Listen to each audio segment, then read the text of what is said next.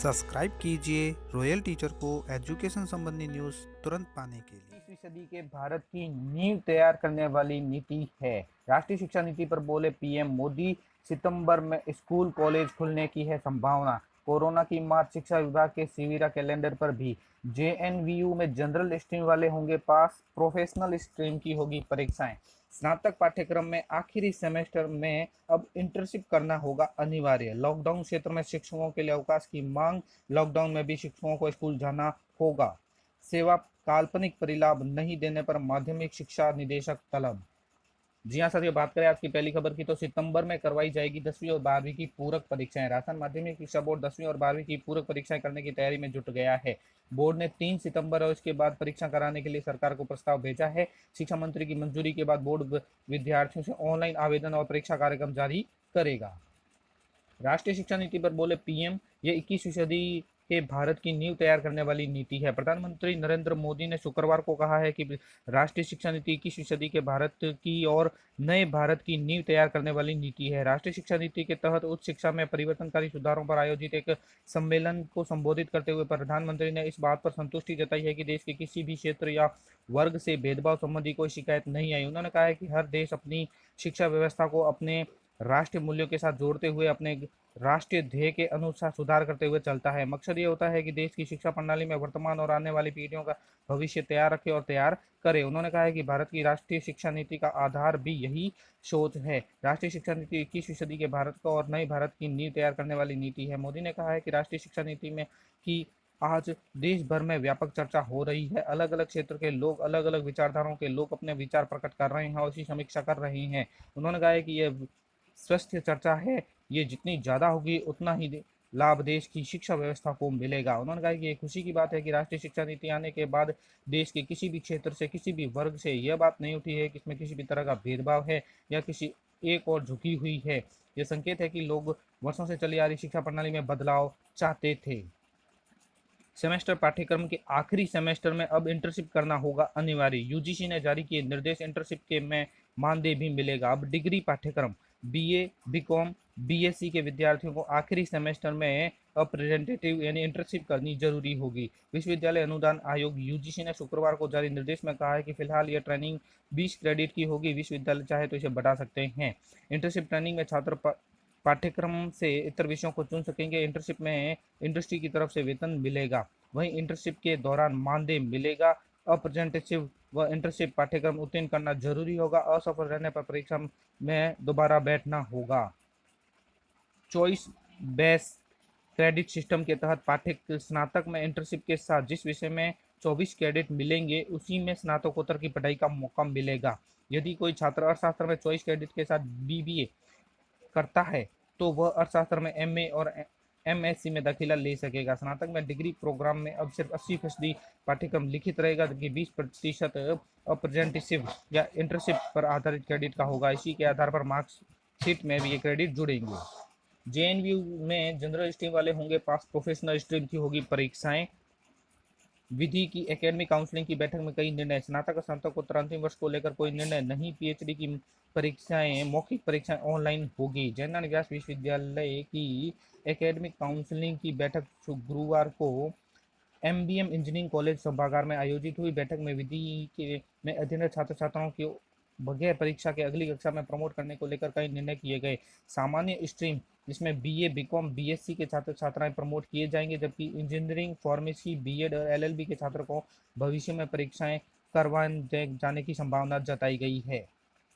छात्र छात्राओं के लिए निर्णय लिए गए हैं जिसमें स्नातक प्रथम वर्ष के छात्र छात्राओं को प्रमोट किया जाएगा, लेकिन उन्हें अंक तालिका नहीं मिलेगी। द्वितीय वर्ष और तृतीय वर्ष की परीक्षा करने देने के बाद उनके औसत अंकों के आधार पर प्रथम वर्ष की अंक तालिका स्नातक पूरी होने के बाद दी जाएगी। स्नातक द्वितीय वर्ष को लेकर आधिकारिक जानकारी नहीं मिल सकी। सूत्रों के अनुसार प्रथम वर्ष के औसत अंक और 5% बोनस अंक देकर अगली कक्षा में प्रमोट करने की संभावना है। और स्नातक तृतीय वर्ष पर कोई निर्णय नहीं हुआ है।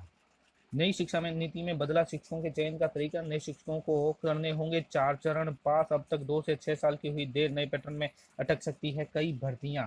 अभी तक क्या व्यवस्था थी कि प्रदेश में तृतीय श्रेणी शिक्षक भर्ती के लिए रीट करवाई जा रही थी। इसमें पहले टेट के बाद शिक्षक भर्ती परीक्षा ली जाती थी, जिसे तत्कालीन सरकार ने बदलकर रीट किया था।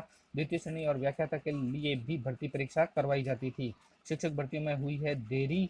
साथ ही अब क्या होगा कि प्राथमिक से लेकर उच्च प्राथमिक तक सभी शिक्षकों के लिए टेट जरूरी होगा। इसके साथ ही विषय विशेष शिक्षकों के लिए एनटीए की ओर से आयोजित परीक्षा को भी देना होगा। इन दोनों परीक्षा के बाद इंटरव्यू 5 से 7 मिनट तक कक्षा में पढ़ाना जैसे डेमो क्लास होगी। इन 4 चरणों को प्रक्रिया से ही शिक्षकों का चयन किया जाएगा।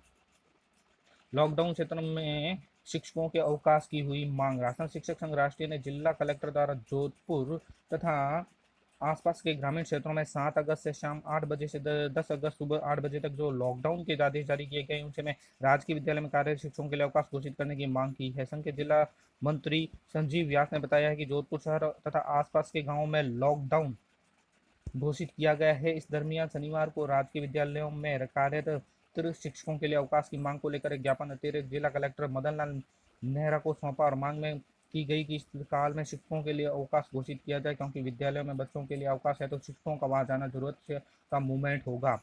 ज्ञापन देने के दौरान प्रदेश के उपाध्यक्ष रूपाराम रलियार, जिला उपाध्यक्ष मोहनलाल गोदारा, जिला संयुक्त मंत्री सुभाष बिश्नोई, महानगर अध्यक्ष कृष्णाराम मेघवाल सहित संगठन के अन्य पदाधिकारी मौजूद रहे। लॉकडाउन में भी शिक्षकों को जाना होगा स्कूल।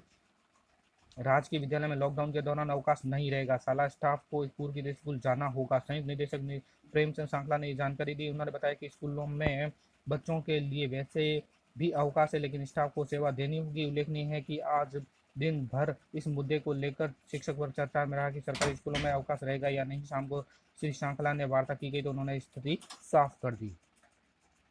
सेवा परिलाभ नहीं देने पर माध्यमिक शिक्षा निदेशक तलब। तृतीय श्रेणी अध्यापक भर्ती परीक्षा में सेवा काल्पनिक परिलाभ नहीं देने की अवमानना याचिका पर हाईकोर्ट के निदेशक शिक्षा निदेशक को तलब किया है। याचिका में बताया कि वह प्राधिकरण 2006 से अध्यापक भर्ती 2000 परीक्षा में भाग ले, परंतु जो अभ्यर्थी बीएसटीसी-धारी थे उन अभ्यर्थियों को नियुक्ति सितंबर 2007 में दे दी गई थी, जबकि याचिकाकर्ता बीएड-धारी थे और याचिकाकर्ताओं की नियुक्ति 2008 में दी थी, जिससे याचिकाकर्ताओं को एक ही भर्ती में 7 नियुक्त होने के बावजूद भी एक परिलाभ से वंचित कर दिया गया। कोरोना की मार। शिक्षा विभाग के शिविरा कैलेंडर पर भी कोरोना का साया हर तरफ एक इस कदर मंडरा रहा है कि अब शिक्षा विभाग ने शिविरा कैलेंडर तक जारी नहीं किया है। शिविरा में राज्य के 65,402 प्राथमिक व माध्यमिक शिक्षा स्तर के विद्यालयों की पूरे साल की शैक्षणिक और शैक्षणिक गतिविधियां तय की जाती है, जो 67 लाख से ज्यादा विद्यार्थियों को प्रभावित करती है। राजस्थान माध्यमिक शिक्षा बोर्ड के राज्य में तमाम सरकारी और निजी विद्यालयों के लिए शिक्षा विभाग शिविरा पंचांग जारी करता है, जो कि हर शैक्षणिक सत्र की एक गाइडलाइन की तरह होता है। किसी भी आयोजन में फेरबदल की स्थिति में विभाग बाद में अलग से निर्देश जारी करता है, लेकिन हर विद्यालय प्रबंधन को पूरे साल का खाका शिविरा से मिल जाता है। लेकिन इस संस्था प्रधान सत्र संचालन भी करते हैं, लेकिन इस बार शिविरा कैलेंडर जारी नहीं होने से अनिश्चितता की स्थिति बनी हुई है। कार्यक्रम पर लगा ब्रेक। हर सत्र में जुलाई में प्रवेश प्रक्रिया के तहत विविध गतिविधियां आयोजित होती है, लेकिन पूरा माह बीतने को है। कोरोना महामारी के चलते विभाग रैलियां, जनसंपर्क जैसे कार्यक्रम नहीं कर सकता है। ऐसे में गरीब और वंचित वर्ग के बच्चों को इस साल की शिक्षा का क्या होगा या कोई कुछ कहने की स्थिति में नहीं है। इसी तरह आगामी माह में खेल गतिविधियां भी आमतौर पर शुरू हो सकती है, मगर अभी भीड़-भाड़ वाले आयोजनों में पूर्ण पाबंदी है। स्कूलों की खेल गतिविधियां स्कूल स्तर से शुरू होकर राष्ट्रीय स्तर तक आयोजित होती है। खिलाड़ी इस साल अभ्यास नहीं कर पाएंगे। ऐसे में खेल आयोजनों के लिए उन्हें शारीरिक और मानसिक रूप से तैयार होने में वक्त लग सकता है। सितंबर में स्कूल खोलने की संभावना। स्कूल और कॉलेज खुलने की संभावना को देखते हुए स्कूल संचालकों में खुशी की लहर दौड़ सकती है। 24 मार्च से बंद स्कूलों में कोरोना की सतर्कता से सरकार की गाइडलाइन के जरिए खोला जा सकता है। इसके लिए जल्द ही केंद्र सरकार की ओर से गाइडलाइन जारी हो सकती है, जिसके तहत स्कूलों और कॉलेजों में कोरोना संक्रमण से बचने की उन सभी उपायों का ध्यान रखना होगा जिसके जरिए बच्चों को इस प्रकार की बीमारी से बचाया जा सके। इसके लिए गाइडलाइन सख्त होगी, उनका पालन मजबूती से किया जाएगा। स्कूल खुलने का मामला सबसे गंभीर माना जाता है। छोटे बच्चों के साथ बड़े बच्चों के कॉलेज भी निर्धारित गाइडलाइन के जरिए खोले जा सकेंगे। तो साथियों, ये थी आज की बड़ी खबर। वीडियो अच्छी लगे तो जरूर लाइक, शेयर और सब्सक्राइब कीजिए। पास में आने वाले घंटी के बटन को जरूर दबाएं एजुकेशन संबंधी न्यूज़ तुरंत पाने के लिए।